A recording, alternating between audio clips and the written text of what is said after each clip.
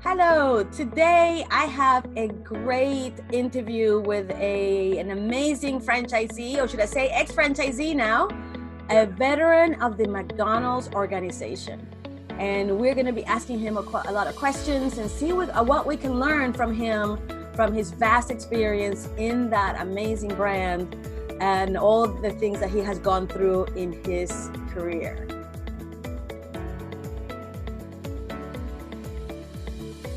So welcome, Larry Kimmelman. How are you doing today?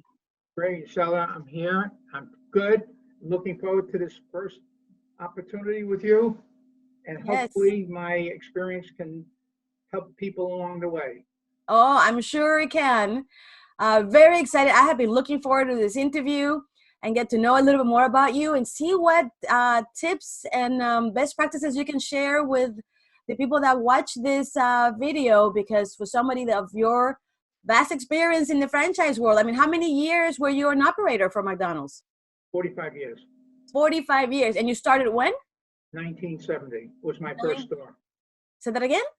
1970 was my first store. Your first store, 1970. And your first store was number what? 1549. 1549. So back then, when McDonald's had only 1,549 stores, is when you started. And nowadays, I mean, I don't even know how many units do they have. Do you know? Like about 40,000. 40,000 units. Wow. That's worldwide. Yeah. That's huge. So that is amazing. So you still now tell me, why did you become a friend? How did you even hear about the opportunity, and why did you decide to become a franchisee? Well, I had worked when I started my career after college. I went to work for a company who had snack bars and popcorn stands and discount stores in those days. And those discount stores had all leased apartments like Mammoth Mart, Zayre's, Tops, etc. And so when I started, we had 10. When I left, I was the director of operations for 360, and we were nationwide. And I saw their children getting older and coming at the owners, their children getting older and graduating college. And I said, oops, my limits are starting to show up. So maybe I should do something on my own. So I want to go into the hamburger business.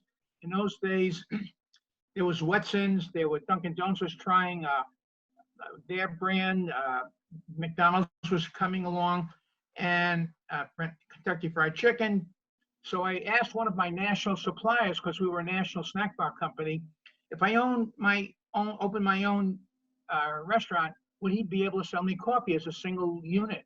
And he was our national supplier, and his name was Mark Summers, and he worked for Continental Coffee. He was a senior vice president of national sales for Continental Coffee out of Chicago.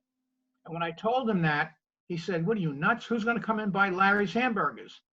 I said, "Well, I'm looking." He says, "Have you ever looked into McDonald's?" And I really hadn't.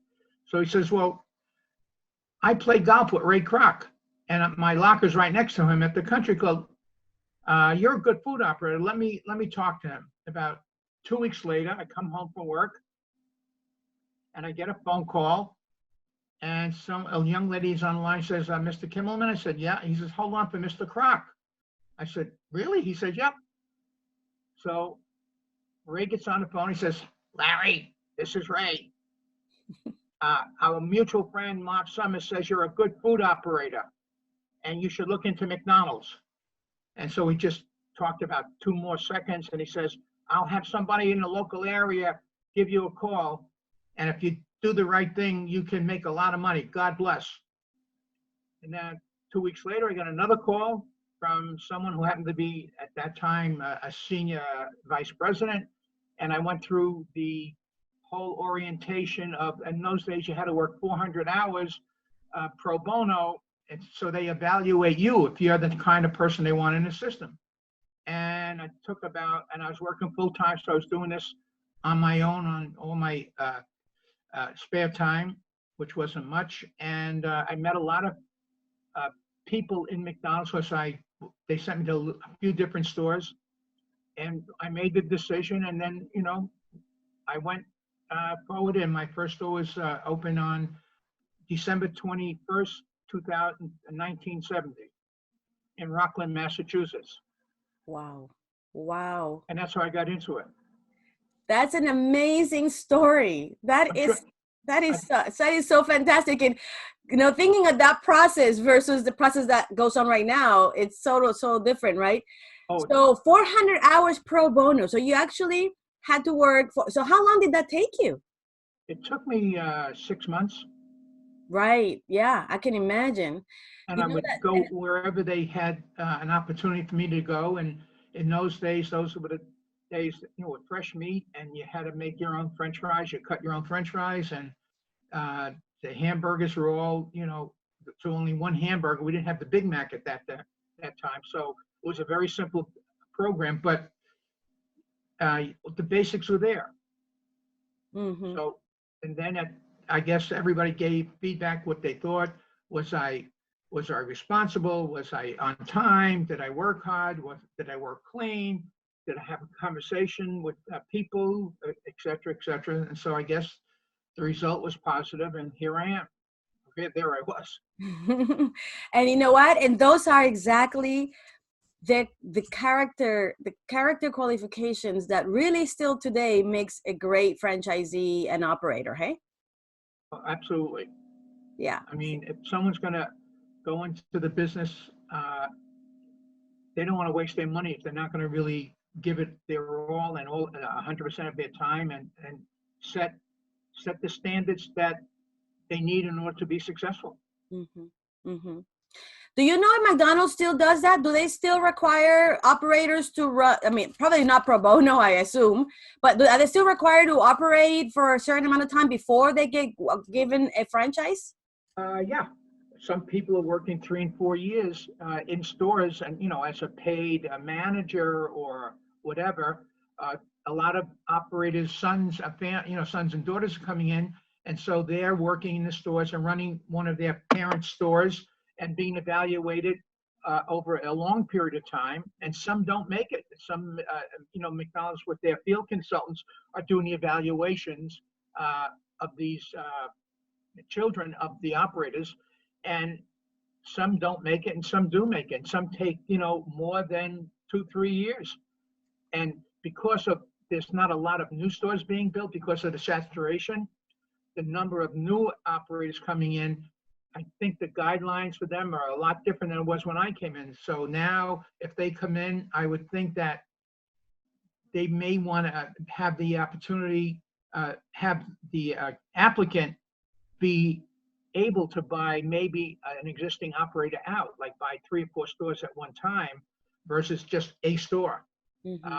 And if there's a single store, they probably have to tread very carefully because there are other operators that have been operating for years and they want another store, and they have a new guy come in where there's not that many opportunities. So they got to be very careful. But today, it's a whole different process. The evaluation at the end is the same: who you are, how you work, how you contribute, but basically it's a lot more costly than it was when I started. Oh yeah, I assume, right. The franchise fee to be able to become a franchisee is probably a lot more now than it was back then. And so that's what's changed. But I guess it's changed for everybody, right? I would think so. I think all the big corporations have the same scenario taking place. Mm-hmm. Mm-hmm. Yeah, yeah, absolutely. So how long did you have one store, and when did you decide to buy a second one? I had one store, and they had offered me a store about 8 months into my first store. And my father-in-law was an old world shoe manufacturer. And he said, Larry, you didn't even operate the store 12 months. You don't even know what all the seasons are about. He says, I would suggest that you wait at least for a full year to see how the end result was. And in the end, he was right. So I waited, and then they offered me a second store in 1972, which I opened in 1973. So, and what happened was kind of interesting. I had one store. I was getting ready to open my second store, so I started to hire people and name who was going to be a manager, so on and so forth. And then I had a problem where some bikers didn't like the fact that I was a different ethnic. There was the massacre of the Munich Israeli athletes in 1972, and I lowered my flag in my first store in memoriam. And some bikers came in and didn't like it. And so what happened is that I went home that night, and I got a phone call from the chief of police. He said, "Larry, get down here." And when I went down there, my store was completely blown up. And he said, "Did you have a problem with anybody?" I said, "Only with these kids about me lowering the flag because I was Jewish." And so he says, "I want to show you something." And we walked outside on the parking lot. There was a grass. There were 6 unused Molotov cocktails laying on the grass. He said, "Someone didn't like you, Larry." And what happened? They threw a Molotov cocktail. Must have hit one of the gas meters, and it blew the whole thing up. And here I am looking to open my second store, and now I have to rebuild my first store.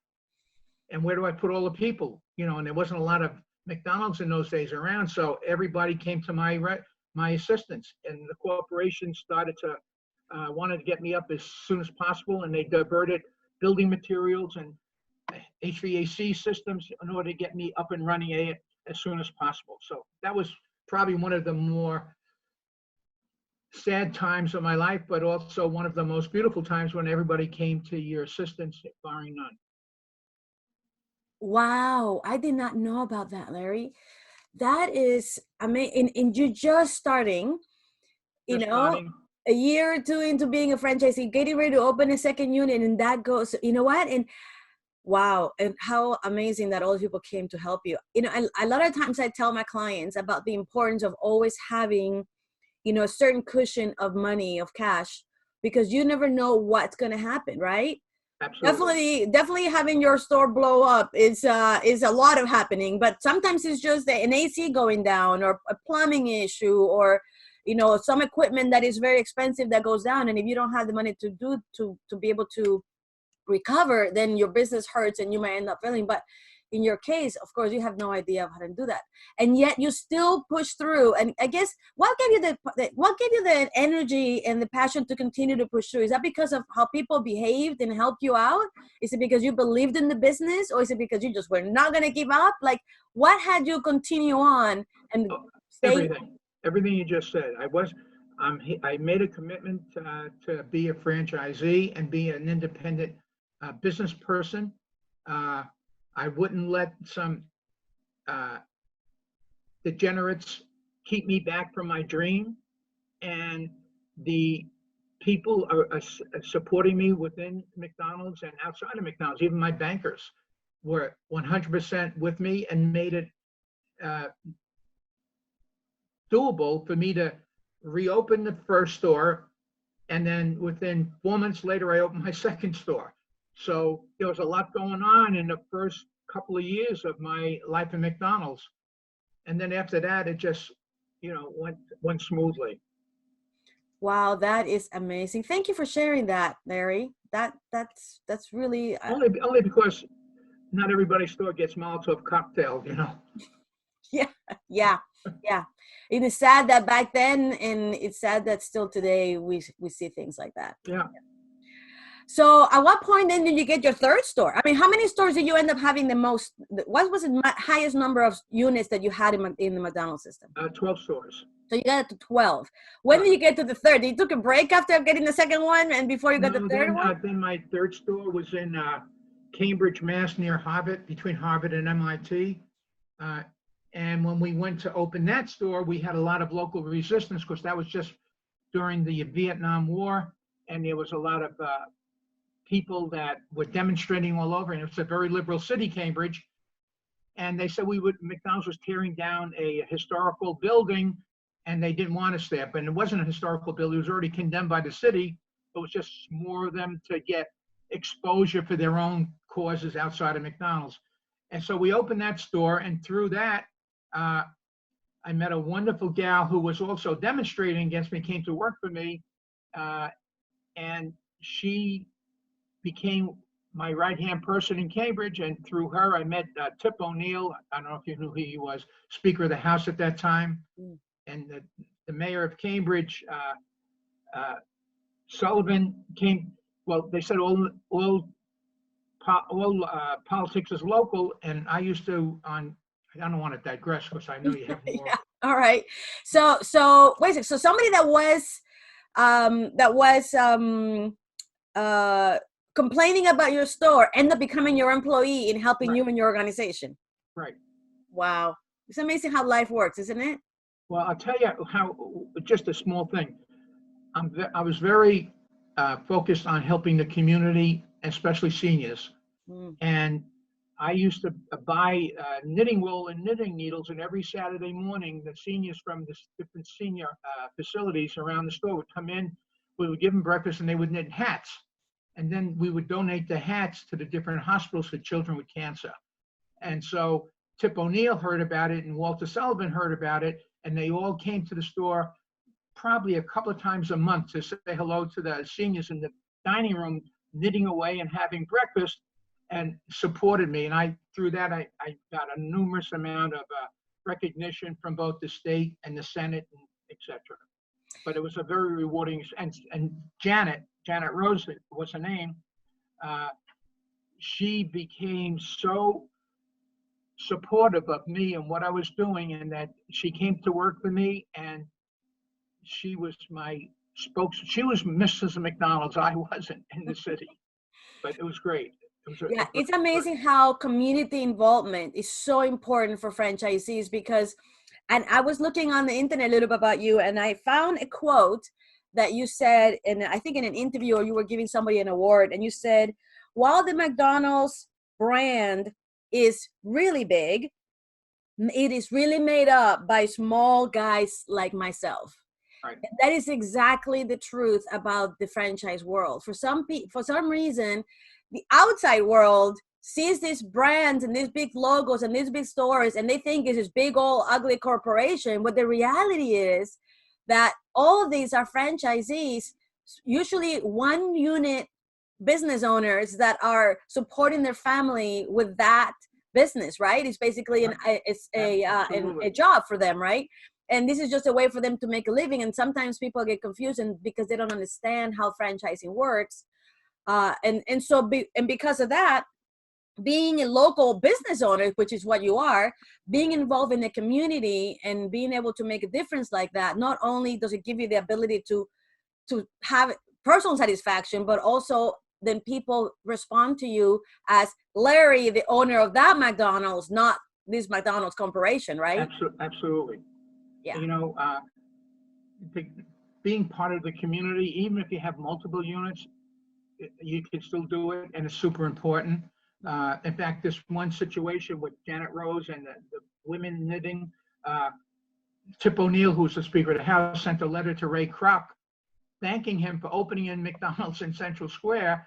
And in fact, because of that correspondence between him and Ray, I'm in Ray Kroc's book, Grinding It Out. If you look it up, you'll see a little bit of recap of that whole scenario I just mentioned to you. Oh, that's fabulous. That's a great thing for those of you that are watching this. You're actually listening or hearing from somebody that is in Ray Kroc's book.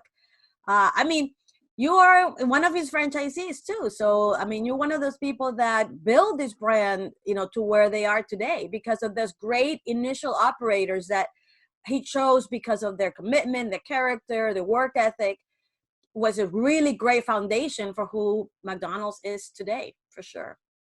However, you on your own were able to grow to 12 units. I didn't realize that even back then, multi-unit was a thing. So that's great to hear. So tell me, what do you think? What are the things that made you, successful in the franchise world, and the reason why they were giving you a second unit, a third unit, up to 12 units? What was it about you and what you did as a franchisee that made you successful enough that the brand was willing to give you more units?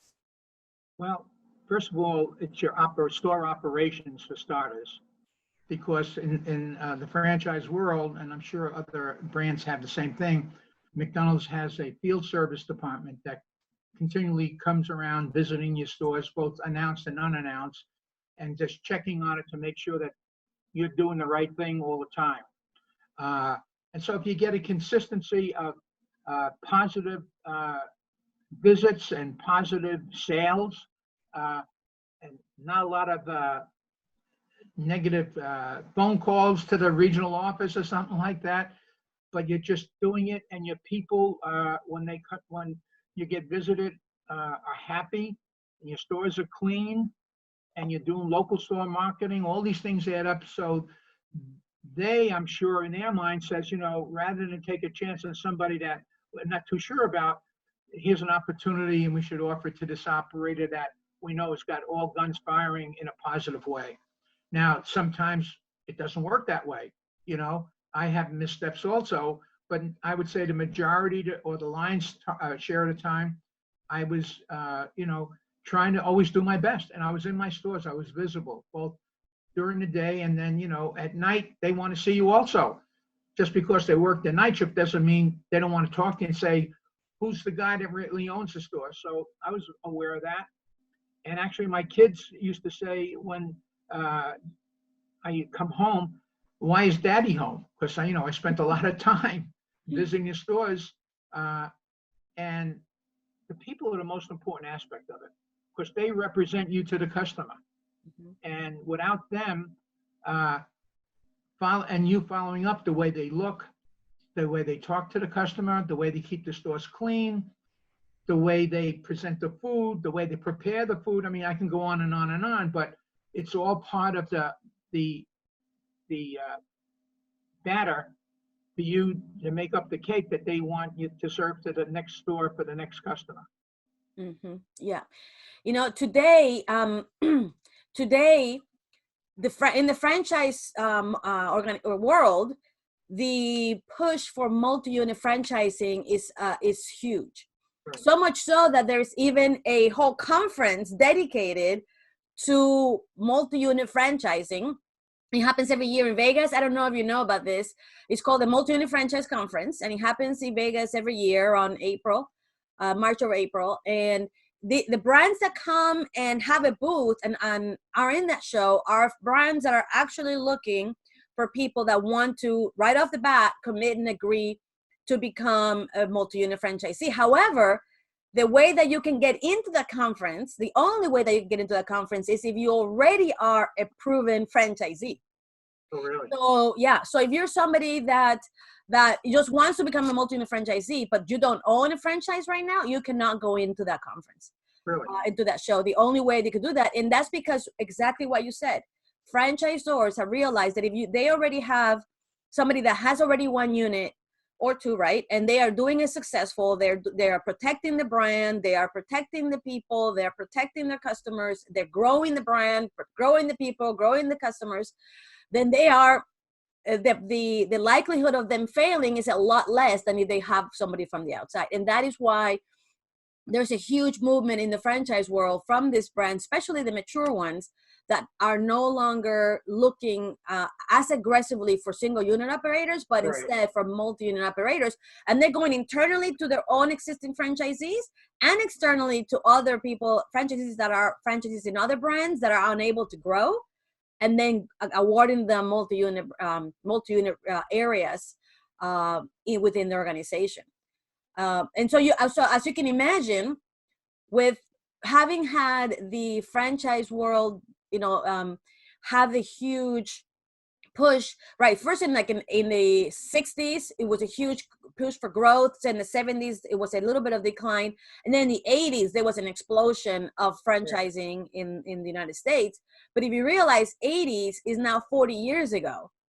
And those people that were franchising in the 80s when the huge expansion went are now want to retire like you, right? They want to get out. They want to now enjoy the fruits of the efforts.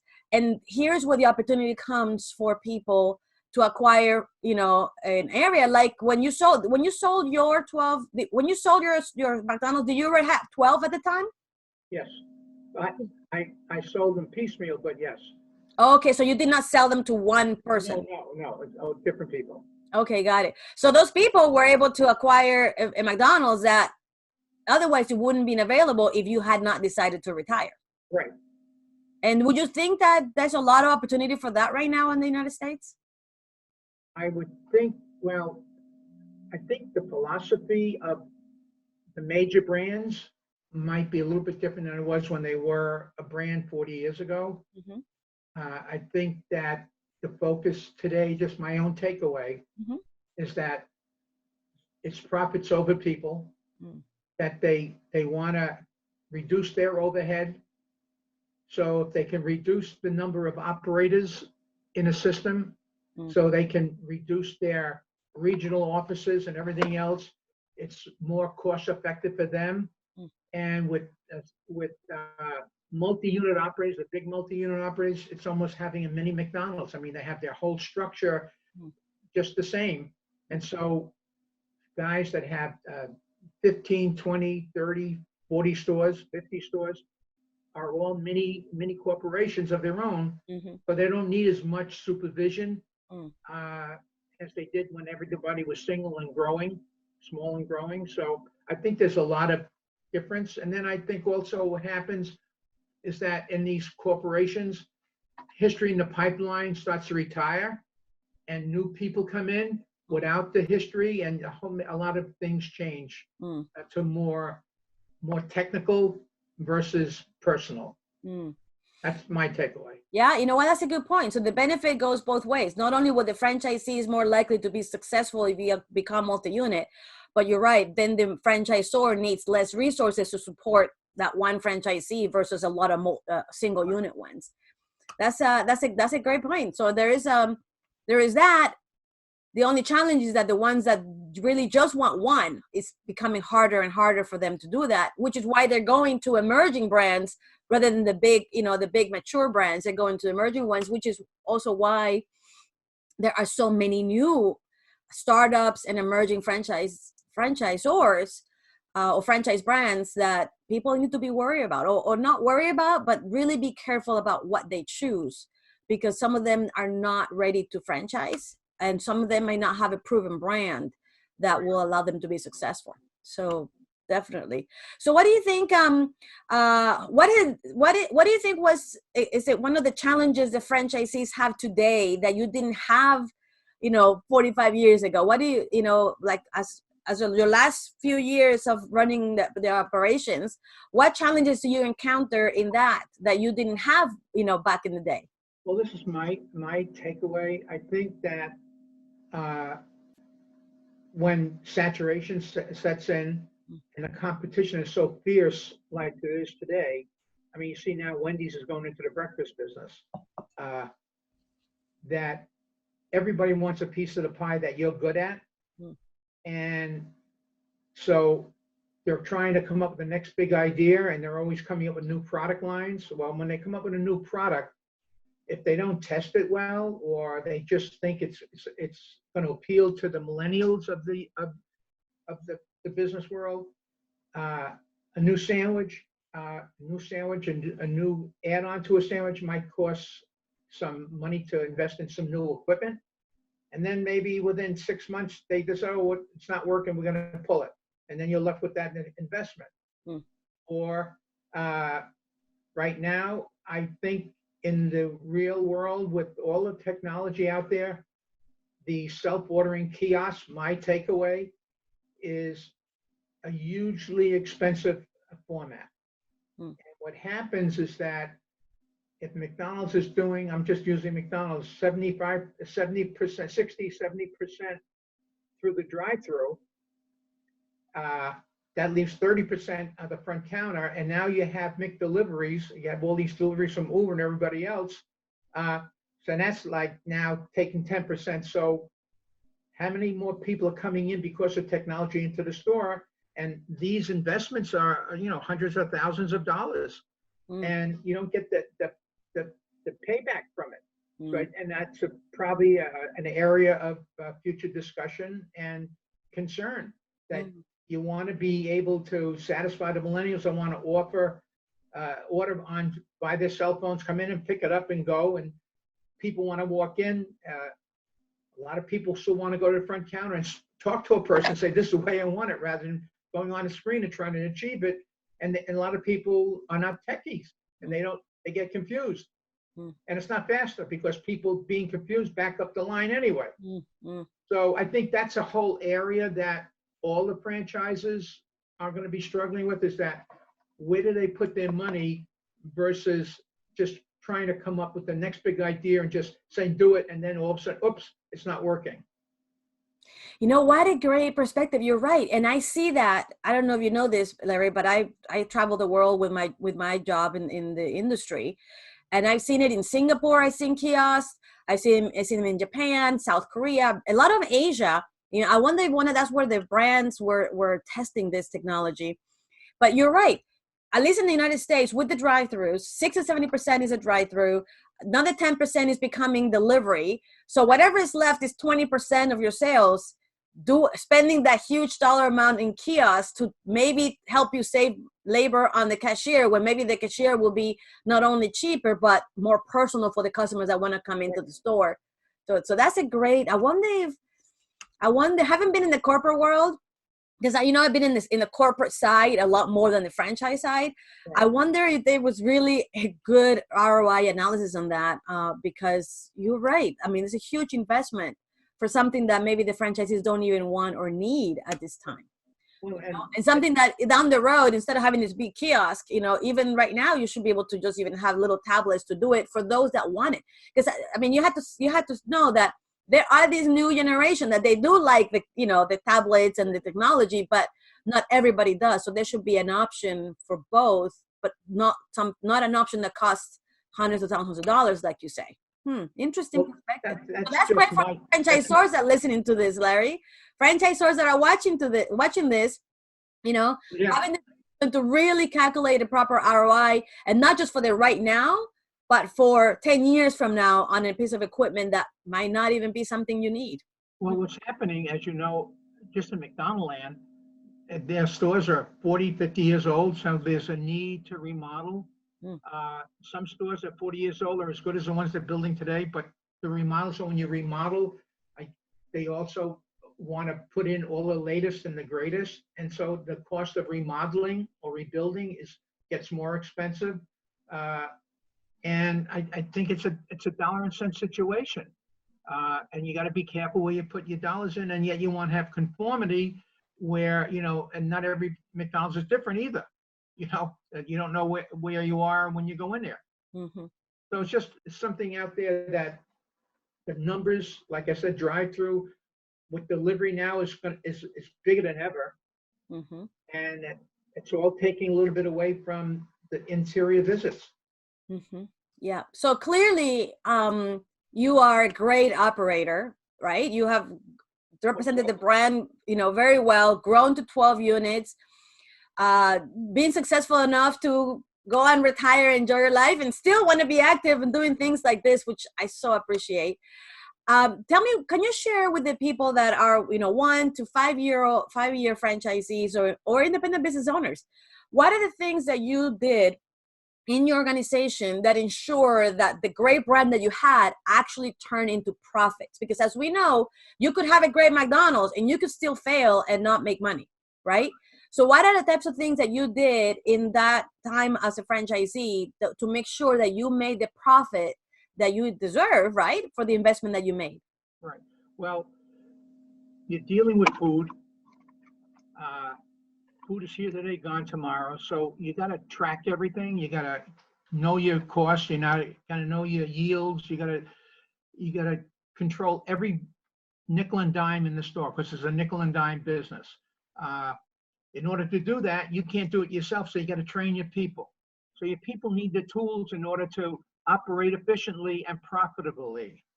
And that starts from when the product comes into the store, from the deliveries. Count the cases. Just don't take the truck driver, I gave you 10 cases. Or some people have them put it in the stock room. Well, over the years, we found, there was a couple of slip-ups and people signed for 20 cases of meat and got 18. Well, that truck driver sold 2 cases to somebody else, maybe. I don't know. But the idea is that you got to start from the beginning with an exact account of what comes into the store. And then during the course of the day, how much is waste? You got to account for the waste. You can't just throw it out and not check it or mark it up and track it. Yields. You know, if you see that there's waste all the time because of improper cooking procedures, somebody wants to cook everything at one time and just do nothing for the next 10 or 15 minutes, and you're throwing stuff away because it's dry, overcooking the fries and having 4 baskets on top of the vat and waiting for them to be used doesn't make sense. So every little thing affects the bottom line. Obviously, labor costs. You want to have the right people at the right time in the right position and well trained. Those people on the front counter represent you to the customer. The customer doesn't really know who you are, especially if you're a multi-unit operator. So that customer's reaction with your employee, your cashier, is super important. That they look good, they know how to react.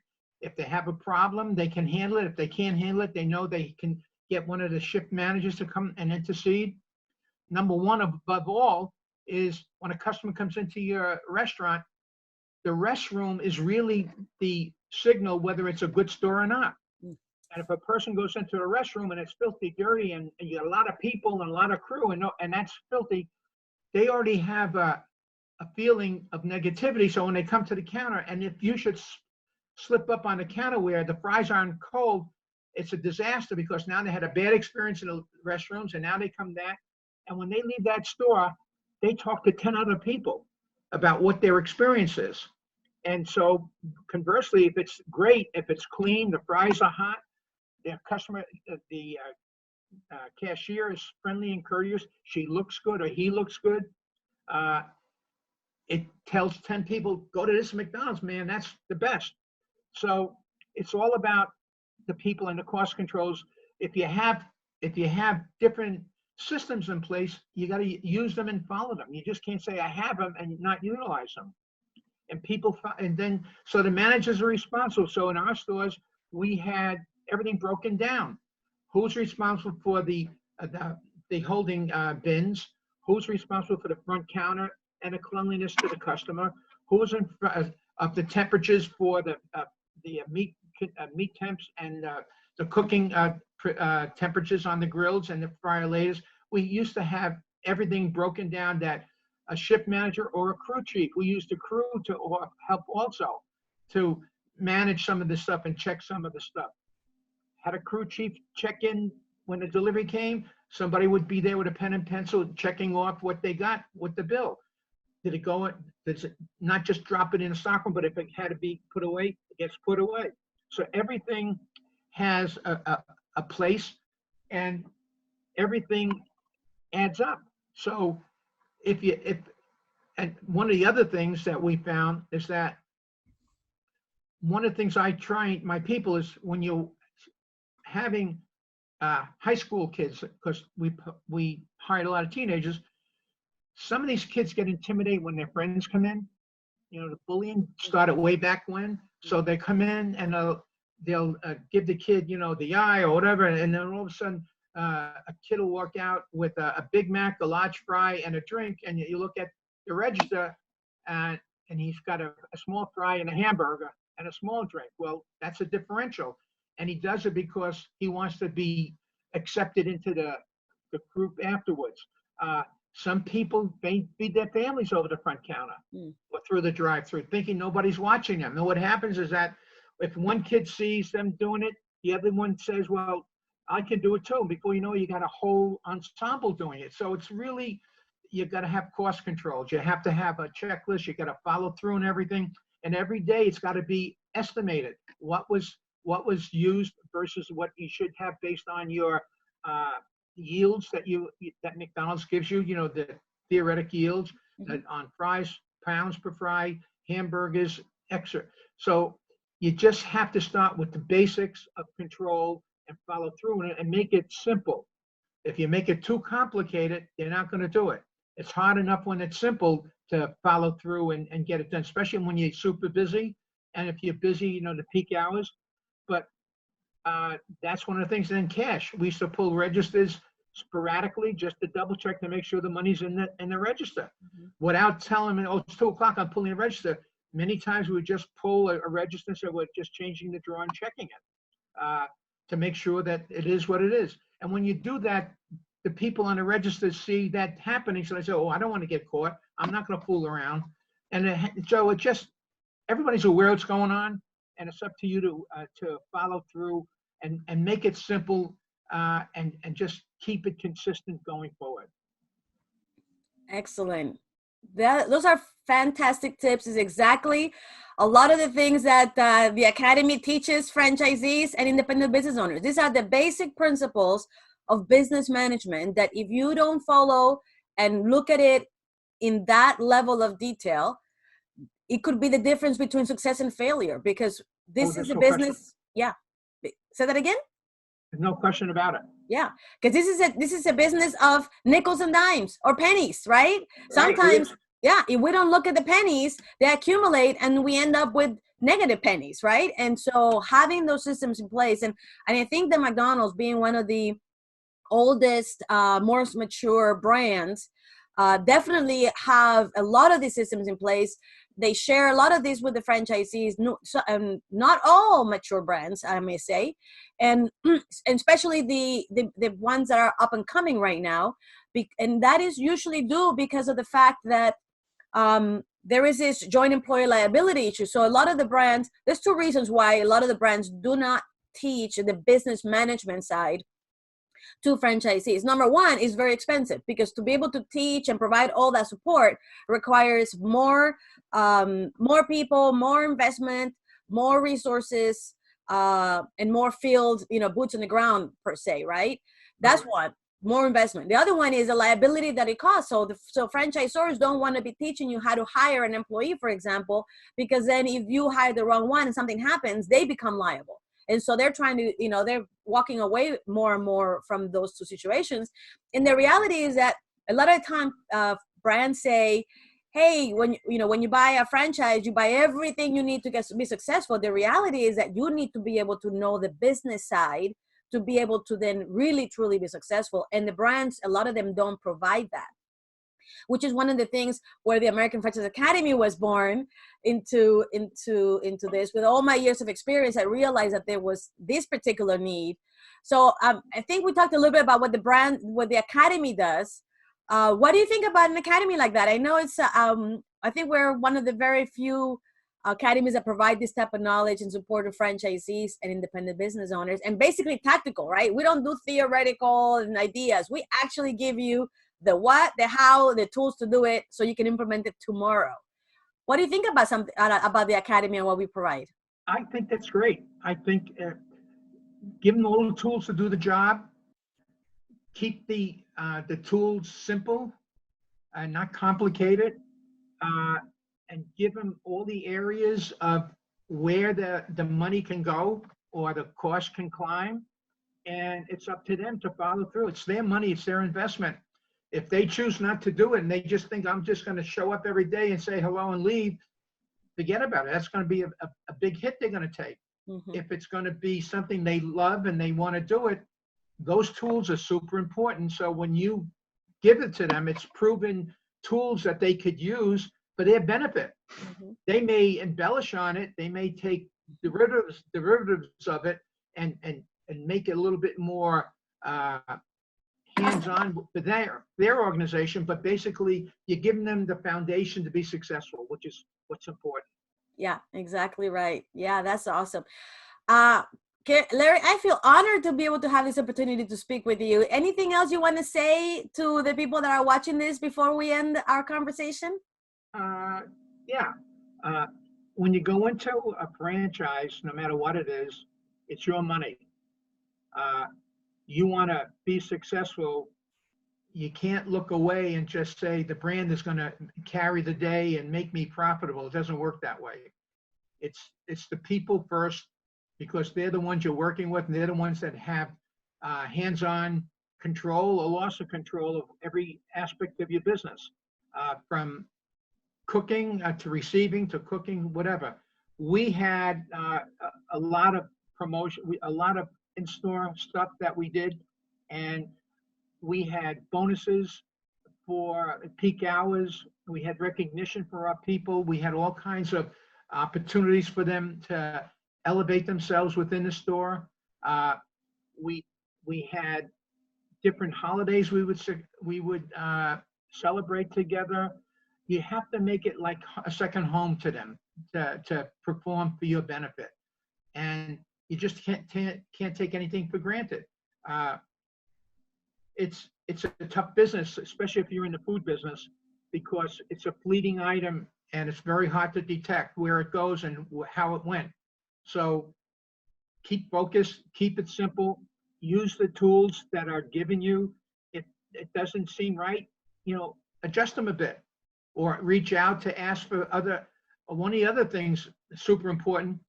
Before you go into a franchise, talk to existing franchisees and see what they think of the system. Ask them what their plans are, why they like it, why they don't like it, what are some of the pitfalls of it, what are some of the benefits of it. They'll give you inside information that they're doing to be successful, and you can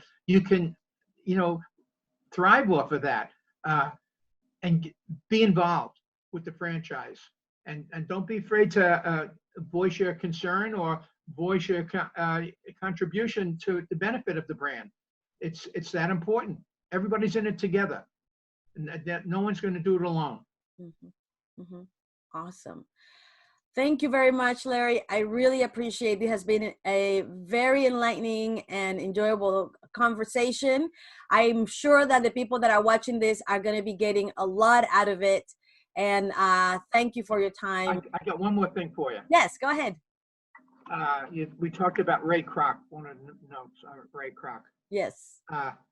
I was at a meeting early on with Ray, and there may have been 200 operators there from all over the country. And Fred Turner gets up and starts talking. Then Ray takes the podium, and he says, I understand that a lot of operators are not making money. Who's not making money? Stand up. So it's very intimidating, but guy stood up, and Ray told one of his, get their name. I want to know why they're not making money. Go help them find a problem and solve it with them.